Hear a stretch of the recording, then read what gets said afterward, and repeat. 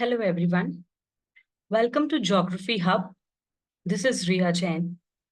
And इस channel पे हम लोग ज्योग्राफी से रिलेटेड कंटेंट को डिस्कस करते हैं और हमारा मेन फोकस रहता है यूजीसी नेट और स्टेट एलिजिबिलिटी टेस्ट सेट जैसे एग्जाम्स पे। इसके अलावा ये जो कंटेंट है ये आपको सिविल सर्विसेज एग्जाम्स में भी हेल्पफुल हो सकता है। So let's get started. आज के टॉपिक में हम डिस्कस करने वाले हैं क्लाइमेट टिपिंग पॉइंट्स पे। ये टॉपिक आपको सुनने में लगेगा कि कुछ टेक्निकल है, कुछ नया है। क्लाइमेट टिपिंग पॉइंट्स का मीनिंग क्या होता है, बट मैं आपको इसका अंडर करंट बताऊं तो ये सामान्यतः जो क्लाइमेट चेंज हम अपने आसपास देख रहे हैं, ग्लोबल वार्मिंग हम अपने आसपास देख रहे हैं, उसी से संबंधित है। बस इसको एक टर्मिनोलॉजी दी गई है which is climate tipping points. तो इसका मतलब क्या होता है क्लाइमेट टिपिंग पॉइंट्स का? क्लाइमेट टिपिंग पॉइंट्स का मीनिंग जो होता है वो ये है कि एक ऐसा थ्रेशहोल्ड टेम्परेचर का पहुंच जाना जहां से हम वापस नहीं लौट सकते हैं नॉर्मल टेम्परेचर कंडीशंस में, है ना। To keep it more simple, हमारी जो ग्लोबल वार्मिंग है वो इतनी ज्यादा अब बढ़ने लगी है कि इसके जो इम्पैक्ट्स हैं वो इरिवर्सिबल हो चुके हैं। और अब हम कितना भी कार्बन एमिशन को रिड्यूस कर लें, हम वापस नॉर्मल कंडीशन में, नॉर्मल टेम्परेचर कंडीशंस में नहीं पहुंच सकते हैं। सो वो threshold temperature climate tipping point कहलाता है जब हमारे आसपास इरिवर्सिबल चेंजेस एनवायरनमेंट में दिखने लग जाए। और जब एनवायरनमेंट में इरिवर्सिबल चेंजेस होते हैं तो वो ह्यूमन सोसाइटीज और सेटअप्स में भी रिफ्लेक्ट होते हैं। सो ये टॉपिक हमारा इस थ्रेशहोल्ड टेम्परेचर वैल्यू के बारे में है। So all over the world हम ये देख सकते हैं, ऑल ओवर द वर्ल्ड ये एरियाज मार्क किए गए हैं कि कितना चेंज यहाँ पे आया है टेम्परेचर का। ओके सबसे ज्यादा जो एरियाज हैं टेम्परेचर चेंज वाले, ग्लोबल वार्मिंग वाले, वो ग्रे कलर में मार्क्ड हैं और वो हम क्लियरली यहाँ देख सकते हैं। एक है नॉर्थ पोल में आर्कटिक विंटर सी आइस और दूसरा है साउथ पोल में ईस्ट एंटार्क्टिक आइस शीट। ये जो दो एरियाज हैं ये सबसे ज्यादा वार्मिंग एक्सपीरियंस कर रहे हैं। ओके जो टेम्परेचर चेंजेस है यहाँ पे, average temperature change is even greater than 6 degree Celsius. Okay मतलब जो नॉर्मल बियरेबल टेम्परेचर होना चाहिए उससे लगभग 6 डिग्री ज्यादा यहाँ पे एवरेज टेम्परेचर राइज हो चुका है। सबसे ज्यादा चेंजेस हम देख रहे हैं पोल्स, पोलर रीजन्स में। ओके फिर देन सेकेंड नंबर के रीजन्स की बात करें तो सेकेंड नंबर के रीजन्स हैं ये बोरियल फॉरेस्ट, ये सब आर्कटिक एरियाज हैं, है ना। And the second is here AMOC, Atlantic meridional overturning circulation. ये एक पानी का सर्कुलेशन बनता है ओशन में। ओके तो वो जो सर्कुलेशन है उसमें भी एक एवरेज टेम्परेचर राइज देखा गया है और ये जो टेम्परेचर राइज है it is between 3.7 to 6 degree Celsius. Second number पे ये एरियाज है। थर्ड एरियाज की बात करें तो the third number areas are Amazon rainforest here, and the second is East Antarctica subglacial basins. यहाँ पे जो चेंज है वो 2 से 3, 3.5 डिग्री सेल्सियस के बीच में एवरेज टेम्परेचर चेंज देखा गया है। Okay and the last is Greenland ice sheet, boreal permafrost and West Antarctic ice sheet नीचे। तो ये एरियाज हैं जहाँ पे टिपिंग एकदम प्रोफाउंडली देखी गई है। इसके अलावा भी कुछ छोटे छोटे रीजनल प्लेसेस लोकेट की गई हैं जो हम यहाँ पे देख सकते हैं। ओके तो दिक्कत क्या है? हमारे सामने जो प्रॉब्लम है वो है राइजिंग ग्लोबल टेम्परेचर। ओके अब अगर टेम्परेचर राइज होता है ना, और कारण वही सारे रहे हैं जो हमेशा से हमें देखने को मिले हैं कि कार्बन एमिशन क्यों बढ़ा। ठीक है।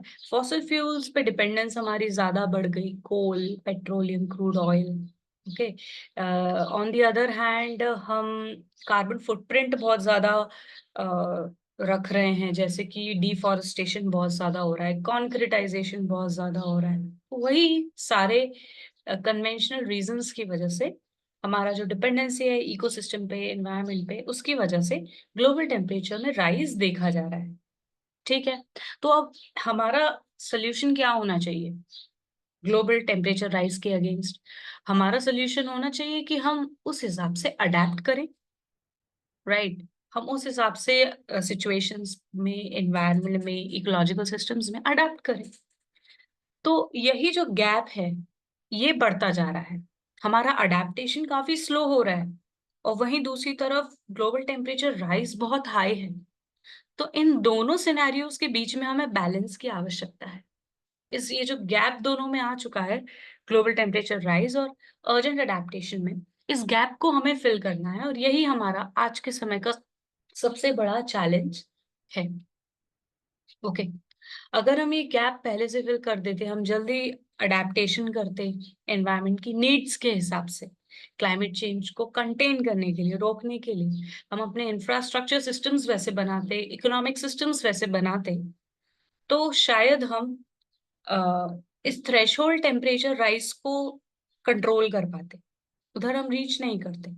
अब आज हम इस तरह रीच कर गए उस टेम्परेचर राइज पे कि अब चेंजेस इरिवर्सिबल हो चुके हैं, अब वापस नहीं आया जा सकता। Okay. So the current context about this problem is that we have to find the balance between the temperature rise and the adaptation strategies. Okay. So जैसा अभी हमने देखा कि टिपिंग पॉइंट्स का मतलब क्या होता है, हमने उसको समझा। करेक्ट, करंट कंटेक्स्ट देखा कि क्या रिक्वायरमेंट है इसको देखने की या स्टडी करने की जरूरत क्या है ना? ऐसे कौन कौन से एविडेंसेस या सबूत रहे हमारे सामने जिसमें हम ये कह सकते हैं कि हाँ, टिपिंग पॉइंट रीच हो गई है, थ्रेशोल्ड टेम्परेचर हमने रीच कर लिया है। तो जैसे हम देख रहे हैं ice caps melting. Ice caps melting, जो पोलर आइस कैप्स हैं वो पिघल रही हैं, और पिघल करके सी वाटर, सी लेवल को राइज कर रही हैं। ये एक सबसे बड़ी एविडेंस है हमारे सामने of global warming. Okay. Ice caps या पोलर आइस कैप्स के अलावा दूसरा, ऐसे जितने भी सारे हायर एल्टीट्यूड एरियाज हैं जो परमानेंटली फ्रोजन रहते हैं, पर्माफ्रॉस्ट रीजन्स हैं, उनकी भी मेल्टिंग हो रही है, जैसे कि हिमालयन पीक्स। ओके। जितने भी हायर एल्टीट्यूड एरियाज हैं, और जब जब आइस मेल्ट होता है या पर्माफ्रॉस्ट रीजन में मेल्टिंग होती है, थॉइंग मतलब होता है मेल्टिंग। ओके। जब जब मेल्टिंग होती है तो हम ये देखते हैं कि वहां पे से मीथेन और ग्रीन हाउस गैसेस काफी रिलीज होती हैं। Okay. So it releases a vast amount of methane and and different gases like CO2। तो ये जो ग्रीन हाउस गैसेस हैं पर्माफ्रॉस्ट रीजन में से रिलीज होती हैं, तो इससे होता क्या है कि हम एक फीडबैक लूप में फंस जाते हैं कि जैसे ग्लोबल वार्मिंग होती है ना। Let me just right this here for you all. जैसे कि टेम्परेचर राइज हुआ, है ना,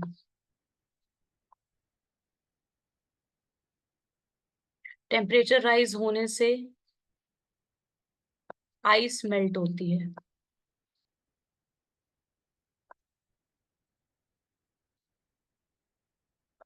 आइस मेल्ट होने से मीथेन रिलीज होती है,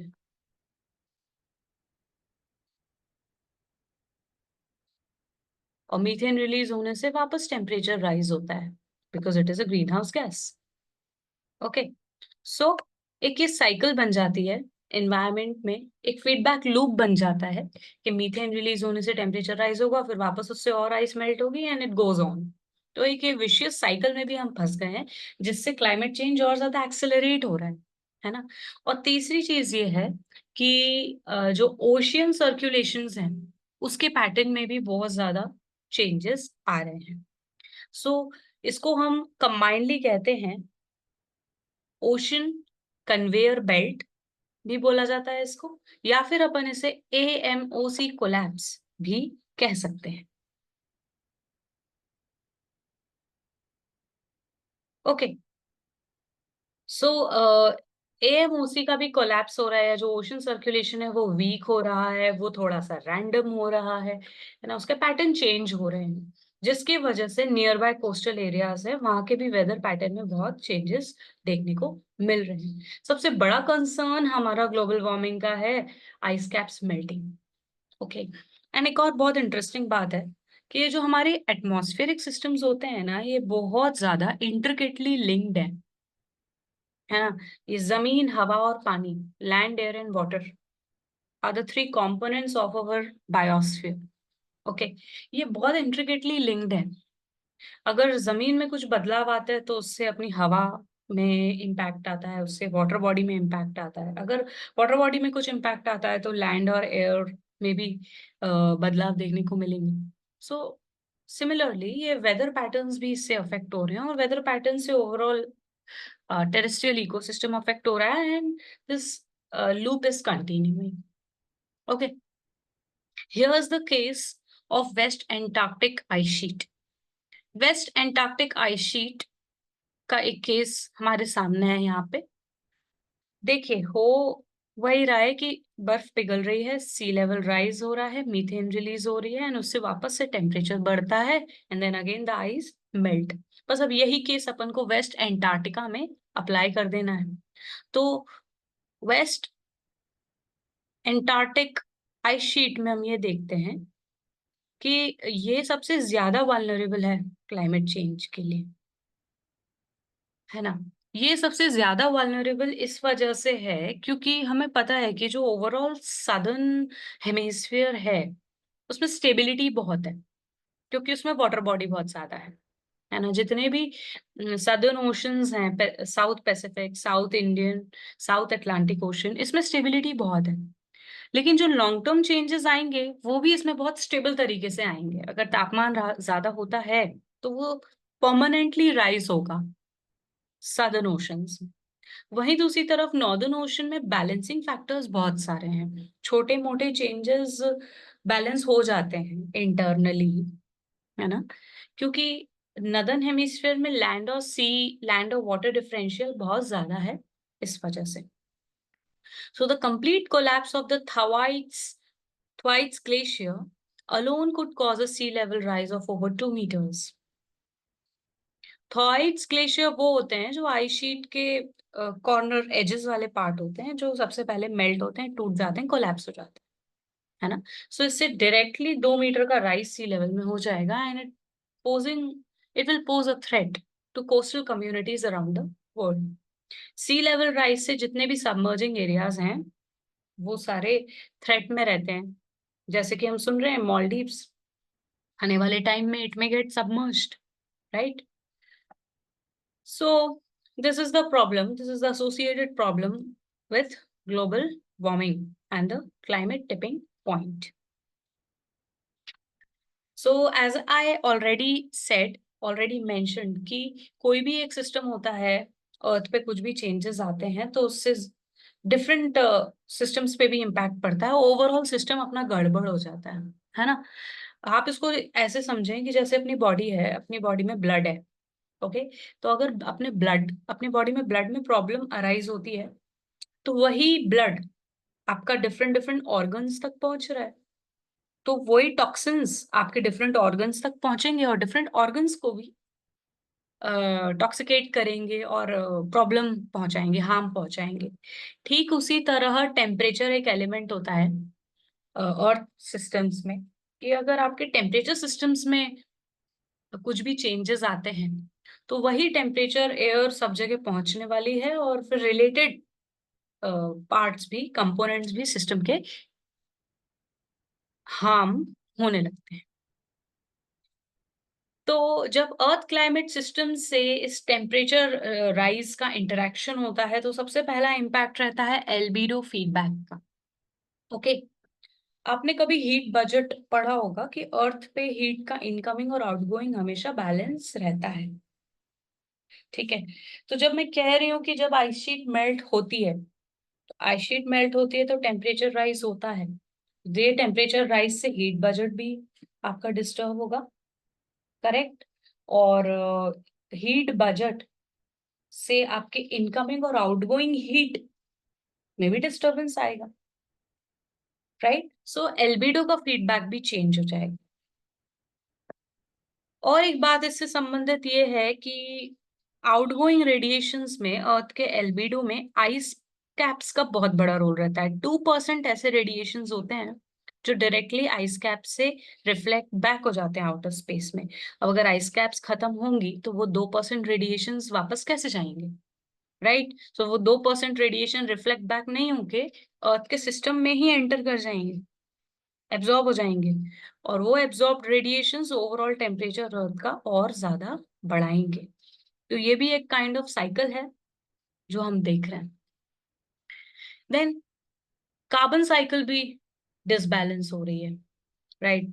कार्बन साइकिल इस तरह से डिसबैलेंस हो रही है कि जो फॉरेस्ट है उनको कार्बन सिंक कहा जाता है। Forest are also termed as the lungs of earth. Earth पे जितना भी एक्सेसिव कार्बन डाइऑक्साइड है फॉरेस्ट उसको एब्जॉर्ब कर लेते हैं। We all know that plants absorb carbon dioxide, right. Plants need carbon dioxide for their photosynthesis. So अगर deforestation होगा, ओके, और सेटलमेंट्स होंगे, हम ट्री कवर को खत्म करेंगे, तो ये जो एक्सेसिव कार्बन है वो एटमॉस्फेयर में फ्रीली एग्जिस्ट करने लगेगा। अगर फ्रीली एग्जिस्ट करेगा तो एटमॉस्फेयर का एवरेज टेम्परेचर को बढ़ाएगा। और इस तरह जो एक नेचुरल कार्बन साइकिल बनी हुई है इसके बीच में जो बैलेंस एस्टैब्लिश्ड है वो बैलेंस आपका अफेक्ट होगा। तो इससे कार्बन साइकिल भी खराब हो रही है और इन सब का मिला जुला रूप हमें टेम्परेचर राइज के फॉर्म में देखने को मिल रहा है। तापमान बढ़ रहा है, एवरेज टेम्परेचर। रीजनली भी लोकली भी हम इसके इफेक्ट्स देख सकते हैं। जैसे हम आप इंडिया की बात करें तो इंडिया का जो मॉनसूनल वेदर पैटर्न है ये अफेक्ट हो रहा है, okay, because it is altering the balance of differential heating, affecting wind patterns and moisture.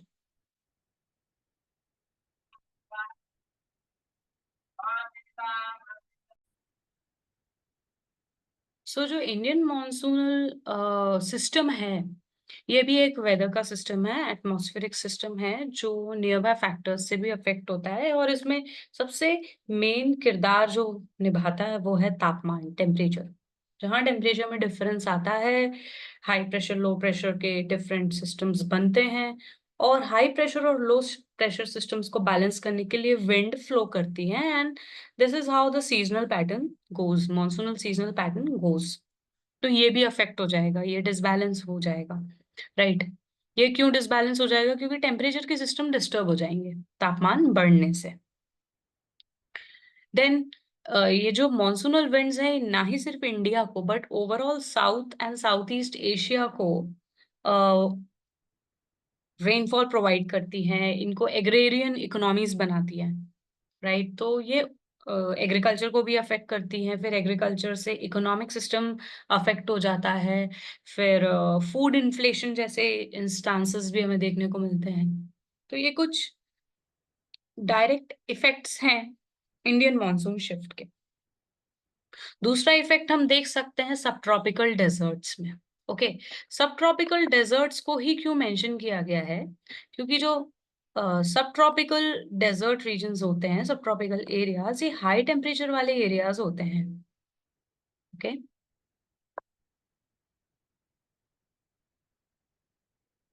जैसे ये अर्थ है, जस्ट अ सेकेंड।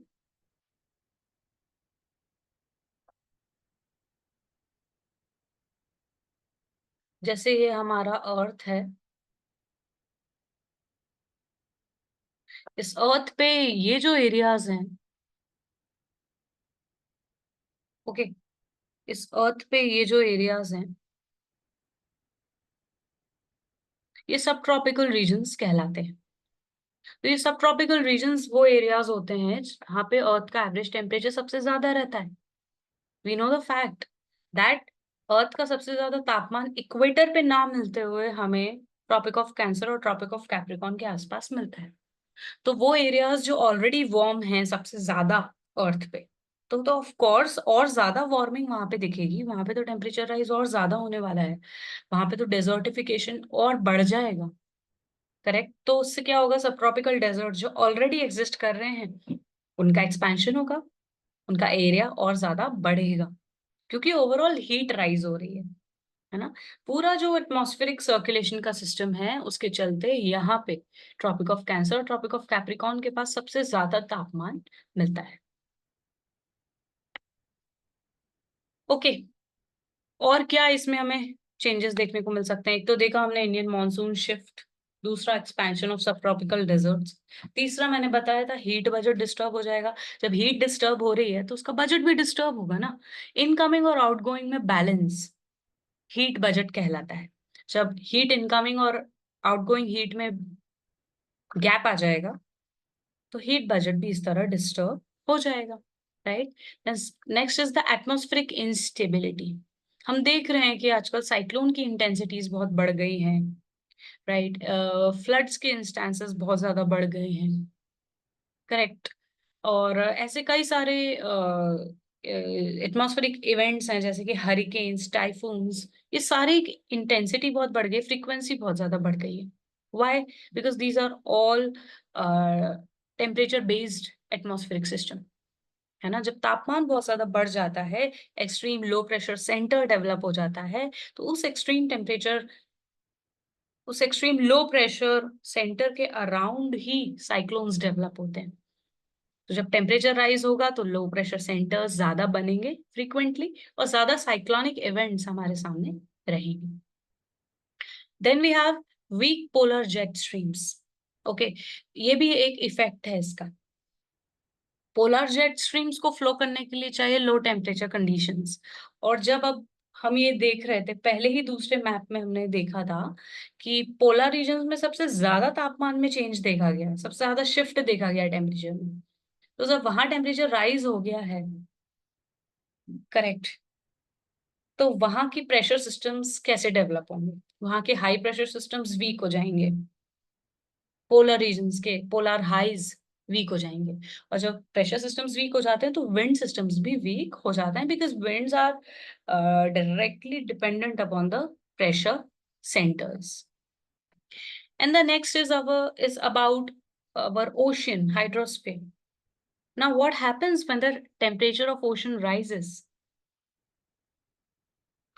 तो जब जब ओशियन का टेम्परेचर राइज होता है तो हम ये देखते हैं कि पानी का तापमान बढ़ेगा, तो पानी में रहने वाले जो जीव जंतु हैं, मरीन ऑर्गेनिजम्स हैं, उनके लिए भी वार्मिंग चैलेंजिंग रहेगी।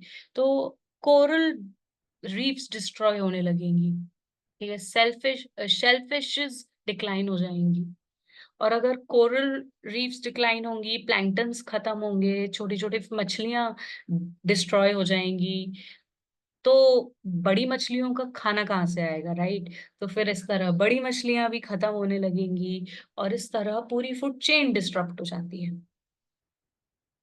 Are you getting my point? जब कभी भी पानी का तापमान बढ़ता है तो overall oceanic marine food chain disturb होने लगती है।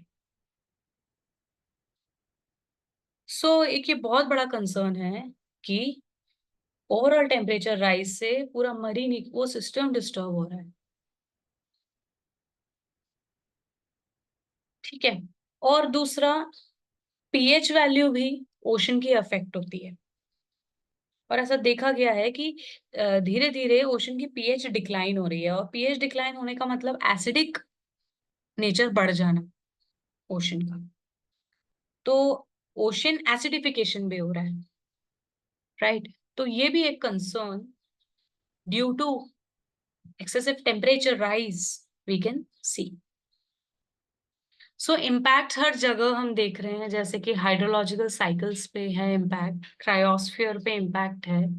ओके, क्रायोस्फीयर वो एरिया होता है जहाँ पे टेम्परेचर हमेशा सब जीरो रहता है, 0 डिग्री से नीचे रहता है हमेशा।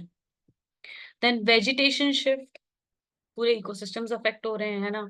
फॉरेस्ट डिसरप्ट हो रहे हैं, right. Ecological impacts, socio economic impacts, जैसे मैंने आपको बताया कि हमारे वेदर सिस्टम से एग्रीकल्चर अफेक्ट होता है, एग्रीकल्चर से फूड सिक्योरिटी के इश्यूज आते हैं, और फिर फूड इन्फ्लेशन की प्रॉब्लम्स आती हैं। तो this is food security and food inflation are some socio economic impacts which can be seen, right. जब एग्रीकल्चरल प्रोडक्शन डिक्लाइन हो जाएगा तो फूड इनसिक्योरिटी बढ़ेगी, हंगर के इश्यूज ज्यादा बढ़ेंगे, और जब हंगर और फूड इनसिक्योरिटी जैसे इश्यूज बढ़ेंगे तो वो ओवरऑल ह्यूमन रिसोर्स को भी हार्म पहुंचाएगा, ह्यूमन रिसोर्स इकोनॉमी में कंट्रीब्यूट नहीं कर पाएगा।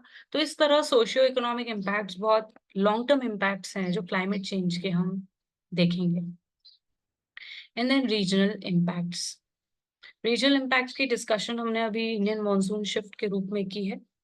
और जिस तरह हम ये भी सुनते हैं कि यूरोप में, ब्रिटेन में हीट डोम के इंस्टेंसेस बढ़ गए, वहाँ का एवरेज टेम्परेचर इतना राइज हो गया है कि वहाँ पे हीट डोम्स क्रिएट हो जाते हैं, राइट। तो ये एक रिवर्स वेदर पैटर्न भी जनरेट कर रहा है कि जहाँ पे पहले कभी एवरेज ठंड रहती थी, एवरेज टेम्परेचर लो रहता था, अब वहाँ पे summer like conditions, warmer conditions develop होने लगी हैं। So this is the thing, right. क्या किया जा सकता है इसके लिए? What can be our steps, mitigation strategies? सबसे पहले हमारा ऑब्जेक्टिव है तापमान को कम करना है ना।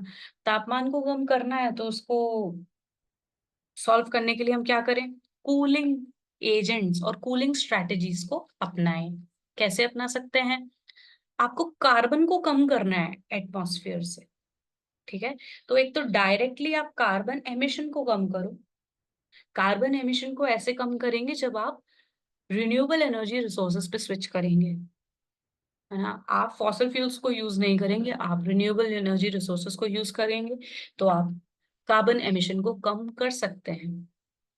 नेक्स्ट, आप ज्यादा से ज्यादा एफॉरेस्टेशन करें, रिफॉरेस्टेशन करें, ताकि फॉरेस्ट कवर बढ़े, कार्बन सिंक बढ़े, जिससे कार्बन एब्जॉर्प्शन बढ़ेगा, एटमॉस्फेयर का कार्बन बैलेंस वापस से रीगेन होगा, एंड हेंस टेम्परेचर मेंटेन रह पाएगा, टेम्परेचर कम होगा, ठीक है।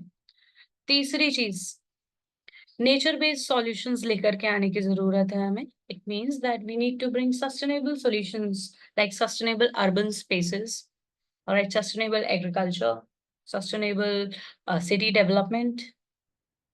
So nature based solutions are required now, okay. And then we need ecosystem based adaptation. जहां जैसे इकोलॉजिकल सिस्टम्स डेवलप्ड हैं, आपको उसी तरह वहां पे अडेप्ट करना चाहिए। For example, if you are living in mountainous area, your lifestyle should be according to the mountainous region, and you should not try to mold the mountainous ecosystem as per your requirement. You should live it according to the requirement of the mountains. Okay, another example can be if you are living on the coastal areas, coastal margins. So you should avoid constructing buildings there. Okay, you should plant more and more mangroves there to protect the coastline, to protect the coastal erosions. And mangroves also act as a shock absorbers for cyclones. So these are ecosystem based adaptation. हमारा adaptation और settlement strategies ऐसी होनी चाहिए कि हम ecosystem को support ही करें, उसको किसी भी तरह harm ना पहुंचाए। भगवान ने बहुत ही अच्छा नेचर, बहुत अच्छी प्रकृति हमें बना के दी है। हमारी कोशिश ये होनी चाहिए कि हम अगर उसमें कुछ ऐड नहीं कर पा रहे हैं तो उसमें से कुछ हटाए भी ना, है ना। Indian strategies for mitigation and adaptation, वही कॉमन स्ट्रैटेजीज हैं क्योंकि वही सबसे ज्यादा जरूरी है। सबसे पहला हीट एक्शन प्लान, एक अहमदाबाद का मॉडल है, Ahmedabad heat action plan model. ये बाकी पूरी कंट्री के लिए एक एग्जाम्पल की तरह हमारे सामने है, ओके। फिर रिस्टोरिंग वाटर बॉडीज, इसमें भी एक एग्जाम्पल है तेलंगाना का mission Kakatiya. It is a large scale restoration plant, water restoration plants. तो वाटर बॉडीज को रिस्टोर करके भी हम टेम्परेचर को थोड़ा प्रिवेंट कर सकते हैं, थोड़ी कूलिंग हम कर सकते हैं। Then we can do disaster preparedness. Okay, one method is preventing and the other method is curing. Okay, so हमें प्रिवेंटिव मेजर्स भी लेने हैं और क्योरिंग मेजर्स भी लेने हैं कि जब कभी कोई डिजास्टर हो जाता है, हादसा हो जाता है, तब हमारा बाद की स्ट्रैटेजीज क्या होने वाली है। And the another mitigation strategy can be coastal adaptation. इसके लिए हमारे पास integrated coastal zone management approach है। कोस्टल अडेप्टेशन इसलिए मेंशन किया गया है क्योंकि मेन प्रॉब्लम पे वापस बात करेंगे कि टेम्परेचर राइज होने से आइस कैप्स मेल्ट हो रहे हैं। आइस कैप्स मेल्ट होने की वजह से सी लेवल राइज हो रहा है and sea level rise are directly harming the coastal areas, right? So coastal adaptation strategies also become very important here. Coastal areas सबसे फर्स्ट रिस्पॉन्डर होने वाले हैं किसी भी डिजास्टर के लिए जो ग्लोबल वार्मिंग से होता है, तो coastal adaptation is important. So this was something about climate tipping points and the related consequences and mitigation strategies. I hope ये आपको काफी help करेगा आपके education में, आपके exams में. That is all for today. Thank you.